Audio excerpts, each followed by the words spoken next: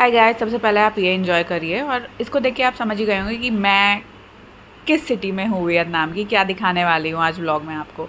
Okay, सो सबसे पहले मैंने सुबह उठते ही ब्रेकफास्ट खाया करा एंड उसके बाद मैं निकल पड़ी ग्रैब लेके बाइंग दो सॉन्ग होंग। ये एक फ्लावर गार्डन है, ये एक जगह है जहाँ पे वो फ्लावर का गार्डन है और उसमें एक रेनबो स्लाइड, आपने सुना होगा, बहुत जगह होती है, सापा में भी रेनबो स्लाइड होती है।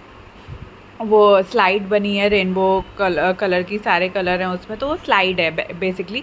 तो मैं वो स्लाइड करने के लिए गई थी उस रेनबो पार्क में। मैं पहुंच गई थी सुबह 9 बजे, जब वो खुलता है। आधे से ज़्यादा तो खुला भी नहीं था, ज़्यादा कोई था भी नहीं, लेकिन हाँ, मैं स्लाइड करके आ गई, मेरा काम हो गया क्योंकि मुझे वो करना था हनोई जाके। अब यहाँ के टिकट जो हैं ऑनलाइन, उसके पैसे बहुत कम लिखे हैं, लेकिन वो लोग 2 लाख VND समथिंग लेते हैं। और ये एक बात अच्छी हुई कि ग्रैब में ऑप्शन है इंग्लिश ड्राइविंग, बाइक का, इंग्लिश ड्राइवर का। वो थोड़ा लेट आता है बट वो आपको पूरा गाइड कर देगा। तो मेरे साथ भी ऐसा ही हुआ कि उसने पूरा गाइड कर दिया। वो आया और उन्होंने सब बताया। हालांकि यहाँ पे इस जगह पे जितने भी लोग हैं वो सब वियतनामीज़ अपनी भाषा बोल रहे थे, तो मुझे तो कुछ समझ ही नहीं आ रहा था। फिर ड्राइवर ने उनसे ट्रांसलेट किया और फिर मुझे इंग्लिश में बताया और फिर मैं अंदर जा पाई। तो थैंक्स टू हिम कि उसने इतना अच्छा समझाया उनको भी, मुझे भी वो माध्यम बना, नहीं तो मैं वहाँ पे जाके कुछ कर ही नहीं पाती। तो अच्छा हुआ मैंने इंग्लिश स्पीकिंग ड्राइवर लिया ग्रैब में। तो मेरा एक्सपीरियंस तो काफ़ी अच्छा था ग्रैब के साथ। हालांकि मैंने बहुत स्कैम सुने थे, बट आप अगर इनबिल्ड ऐप से करवाते हैं तो जेन्युइन लोग ही आएंगे। तो ये मेरी पहली ग्रैब राइड थी यहाँ पे, तो मैं थोड़ा घबरा रही थी, बट बहुत ही अच्छा ड्राइवर था, बहुत ही अच्छा था।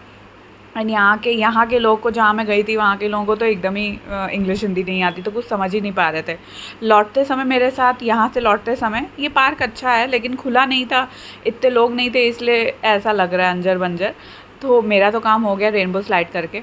यहाँ पे ऐसा है कि ये पार्क बहुत अंदर है, ठीक है। तो यहाँ पे जल्दी कैब ड्राइवर आते नहीं, इंग्लिश स्पीकिंग ड्राइवर। तो मैं लौटते समय वियतनामीज़ के साथ ही गई थी ग्रैब ड्राइवर।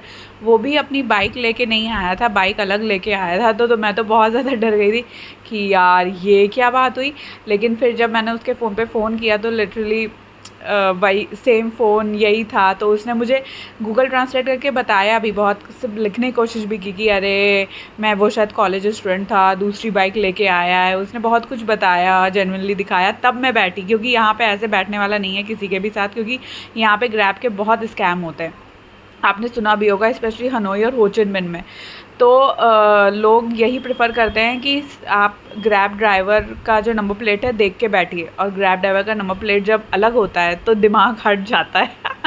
मेरे साथ भी वही हुआ, बट ठीक है, मैं सेफली आ गई। उसने मुझे गूगल ट्रांसलेट करके बताया कि मेरी बाइक, मैं अपनी दूसरी बाइक लेके आया हूँ, तो ऑफकोर्स इसलिए नंबर प्लेट दूसरा है, लेकिन मैं तो डर जाऊँगी ना। खैर चलो, मैं चली गई यहाँ से। ये प्लेस मुझे अच्छी लगी, वो रेनबो स्लाइड करनी थी इसीलिए मैं गई। सो ये फिर मैं ऊपर आ गई। ये मेरा छोटा सा रूम है हनोई में जो मैंने लिया था, वेरी डिसअपॉइंटिंग, लेकिन ठीक है, मुझे फिर अच्छा लगने लगा, इतना भी कोई ख़राब नहीं है। फिर मैंने समोसा खाया और फिर हमारा सफ़र शुरू हुआ हनोई घूमने का। ये मेरी टूर गाइड है। और फिर हम सबसे पहले तो गए थे टेम्पल ऑफ लिटरेचर। तो ये यहाँ का बहुत फेमस है टेम्पल। ये हम लोगों ने घूमा, काफ़ी बहुत ही अच्छा बना है, बहुत ही खुला है। और यहाँ पे कहते हैं कि मोर को अगर आप छुओ तो बहुत प्रॉस्पेरिटी, बहुत पैसा आता है। तो यहाँ पे नीचे हर जगह आप मंदिर में जाओगे वहाँ पे तो मोर बने होंगे, मोर होंगे, टॉर्टॉइस होंगे। तो इनका ये मानना है कि मोर टॉर्टॉइस को आप छूते हो तो पैसा आता है, इसलिए बने हैं यहाँ पे नीचे। और ये बहुत अच्छा है, बहुत ही खुली हालांकि गर्मी बहुत थी इसलिए सब छाता वाता लिए हुए थे, लेकिन काफ़ी अच्छा बनाया है उन्होंने, मतलब बनाया क्या, काफ़ी अच्छा है। और अंदर फिर हम लोग दर्शन करने गए मंदिर में। ये देखिए, जैसे आप देख सकते हैं 2 मोर बना है। तो वो लोग कहते हैं आप अगर इनकी फीट छुए तो पैसा आएगा। तो हम सब ने छुआ, किसको पैसा नहीं चाहिए भाई। और उसके बाद हम लोग अंदर इनके दर्शन करने गए। और यहाँ ये डबल डेकर है, ऊपर भी था, ऊपर मंदिर नहीं था लेकिन ऊपर था, जहाँ पे आप सीढ़ी से चढ़ जाइए और ऊपर के नज़ारे दिखते हैं। और ये एक म्यूज़ियम टाइप का था यहाँ पे, जैसे कि लिटरेचर की सारी चीज़ें थी यहाँ पे, जैसा कि वो है टेम्पल ऑफ लिटरेचर। तो हम यहाँ भी हमने विज़िट किया। तो मुझे तो ठीक लगा। हालाँकि ये देखिए, ये इनका एक और म्यूज़ियम है, इतने अच्छे से ना सब कुछ सजा के रखा है, डेकोरेट करके रखा है। यहाँ पे अगर आप कुछ ख़रीदना चाहें इनसे तो ख़रीद सकते हैं, हालाँकि वो ऑफ़ कोर्स बहुत महंगा होगा, क्योंकि मैंने पूछा था। तो अगर आप बाहर से ख़रीदें, ये सिर्फ देखने के लिए रखें तो ज़्यादा अच्छा है। यहाँ पे हाँ, आप लोग का वो वियतनामीज़ में नाम भी लिख के देते हैं, ऐसा भी एक है यहाँ पे। बैठते हैं, स्टॉल लगती है। मैंने तो नहीं किया, लेकिन लोगों ने करवाया था जो मेरे साथ थे। तो काफ़ी अच्छा एक्सपीरियंस था मेरा यहाँ का भी, टेम्पल ऑफ लिटरेचर का भी। फिर उसके बाद हम लोग सब बस में बैठे और हम लोग रुके, रेस्ट के लिए एक जगह रुके। यहाँ पे ये सब मिल रहा था, तो ये जगह हमने एक्सप्लोर की। और ये एक लेडी है जो ये ऐसे जो दिखाया, जो कपड़े में जो बनाते हैं, ये ऐसे बनाते हैं। तो उनकी भी वीडियो मैंने ली, क्योंकि मैं काफ़ी अच्छा बनाते हैं यार ये लोग, काफ़ी मेहनत करते हैं। और उसके बाद फिर से हम लोग बस में बैठ गए और हम इस बार हम लोग गए क्रैंकॉक पगोडा बुद्धिस्ट टेम्पल। अब यहाँ पे कैसा था मुझे नहीं पता था कि स्लीवलेस पहन के अंदर जाना अलाउड नहीं है। तो यहाँ पे मैंने स्कार्फ लेना था, वो लोग इतने पीछे पड़ गए, बट मेरे पास वियतनामीज़ डॉलर ही नहीं थे, डोंगी नहीं थे।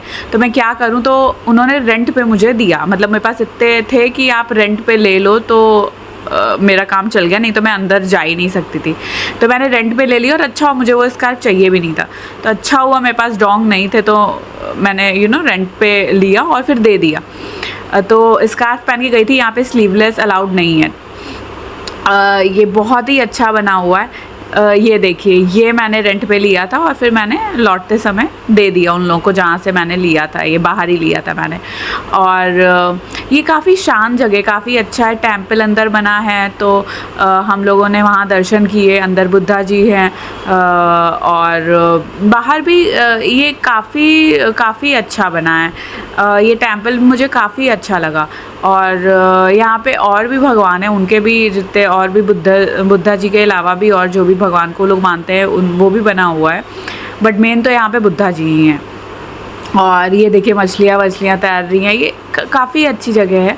और उसके बाद हम लोग गए जेल, मेंशन सेंट्रल। तो ये जेल, मुझे जेल जाना इतना पसंद नहीं आया, लेकिन अब टूर पैकेज में था तो ऑफ कोर्स जाना पड़ा, क्योंकि वो बार बार गाइड समझा रही थी एक एक। जब इतना मुझे समझना ही नहीं है, लेकिन हाँ, जो हिस्ट्री में इंटरेस्टेड हैं उनके लिए एक अच्छी चीज़ होगी कि बार बार जो गाइड समझा रही है वो समझें, क्योंकि वो क्यूरियस होंगे कि भाई क्या चीज़ है। मैं इतनी नहीं थी। तो हाँ, जेल देख लिया मैंने। जेल अच्छा, मतलब बनाया है उन्होंने काफ़ी। कैसे वो सज़ा देते थे, कैसे हैंग करते थे, कहाँ पे रखते थे कैदियों को, ये सब उन्होंने उसमें बताया। और ये देखिए, ये सब बना हुआ है, ये सब उन्होंने बना के रखे हैं कि हाँ ऐसे ऐसे था। उसके बाद फिर हम लोग वापस आ गए। यही चीज़ें थी हनोई में मेन घूमने वाली एक दिन में। उसके बाद मैं ट्रेन स्ट्रीट गई, जो कि मैं ओल्ड क्वार्टर्स में रुकी थी। हनोई आप जाओ तो ओल्ड क्वार्टर्स में ही रुकना, क्योंकि वहाँ से सब कुछ पास है। ट्रेन स्ट्रीट तो बहुत पास है, तो मैं पैदल ही चली गई थी। ये भी मेरे टूर में नहीं था। ट्रेन स्ट्रीट और रेनबो स्लाइड मेरे टूर में पैकेज में नहीं था। तो रेनबो स्लाइड भी मैं इसलिए ग्रैब करके गई, और ट्रेन स्ट्रीट तो मैं पैदल ही चली गई, क्योंकि मेरे होटल से बहुत नज़दीक था, लाइक 9-10 मिनट्स। अपने जीपीएस देख के, जीपीएस से गई मैं, जीपीएस देख के गई। एंड काफ़ी अच्छा था मेरा एक्सपीरियंस। यहाँ की वाइब इतनी अच्छी है, मतलब मैं देख के दिल खुश हो गया मेरा, क्योंकि इधर उधर दोनों जगह रेस्टोरेंट्स हैं, लाइटें जल रही हैं। आप स्पेशली अगर आप इवनिंग में जाएँ तो आपको ज़्यादा अच्छा लगेगा यहाँ पे ये सब कुछ देख के। एंड लोग क्या कहते हैं, पहले तो जब मैं गई तो बहुत शांति थी। मेरे आने के 1 घंटे बाद ट्रेन आई है, और मुझे टाइम्स पता नहीं थे ट्रेन के, तो तब सब खाली था। फिर सब भरने लगा। मैंने कोकोनट कॉफ़ी यहाँ पे सबसे पहली बार पी, अच्छी लगी मुझे, ठीक ही थी। मैं कोल्ड कॉफ़ी ज़्यादा प्रेफर करती हूँ, तो मैंने कोल्ड कॉफ़ी ली। तो मैंने coconut cold coffee P, and I think it is around 70,000 VND coconut cold coffee. तो बस मैं वही कोकोनट कोल्ड कॉफ़ी लेके एक शॉप पे बैठ गई, एंड बस वही पीती रही। कोल्ड कॉफ़ी ख़त्म ना हो जब तक मेरी ट्रेन आए, नहीं तो शायद वो हटा देंगे, करेंगे। वैसे ऐसा वो कुछ करते नहीं हैं। तब तक थोड़ी सी बाकी थी, जब तक ट्रेन आई मेरी कोकोनट कोल्ड कॉफ़ी मैं पूरी पी नहीं थी, लेकिन वो लोग हटाते नहीं। बहुत ही अच्छे और हेल्पफुल लोग हैं। एटलीस्ट मुझे जो आंटी मिली थी वो काफ़ी हेल्पफुल और बहुत ही अच्छी थी। ये जहाँ मैं बैठी हूँ वो वही रेस्टोरेंट चलाती हैं। ये देखिए आइकॉनिक मोमेंट, ट्रेन आ गई। इसी का तो इंतज़ार था। ये ट्रेन जितनी लेट आई ना उतनी जल्दी निकल गई, तो ऐसा लगा अरे अभी तो आई थी, ये क्या हुआ। और यहाँ पे जो अंदर लोग बैठे थे इस ट्रेन के, वो हमें बाय कर रहे थे, लिटरली हमें वेव कर रहे थे। वो भी नज़ारा देखने वाला होगा कि जब हम ट्रेन में बैठ के यहाँ से गुजरेंगे, वो भी काफ़ी अच्छा लगता होगा अपने आप में। सो यस, एंड उसके बाद फिर मैं ट्रेन चली गई और फिर बस मैं वहाँ से निकल के घर आ गया, मतलब अपने होटल आ गई। और ये है मेरा होटल, पालागाँव बुटीक होटल। फिर मैंने वहीं पे पास एमी होटल करके इंडियन रेस्टोरेंट है, प्योर वेज तो नहीं है, चिकन भी मिलता है, बट हाँ अच्छा है उसका खाना। वहाँ पे डिनर किया। उसके बाद हनोई से निकलने से पहले ये बानमी करके ये आउटलेट है, यहाँ की फ़ेमस डिश है बानमी, जैसा कि आप लोग जानते होंगे। तो ये ओल्ड क्वार्टर्स में फ़ेमस है बानमी के लिए, तो यहाँ पे बानमी खाना तो बनता है यार। वियतनाम आए हैं, हनोई आए हैं, यहाँ की फ़ेवरेट डिश तो खाएँ।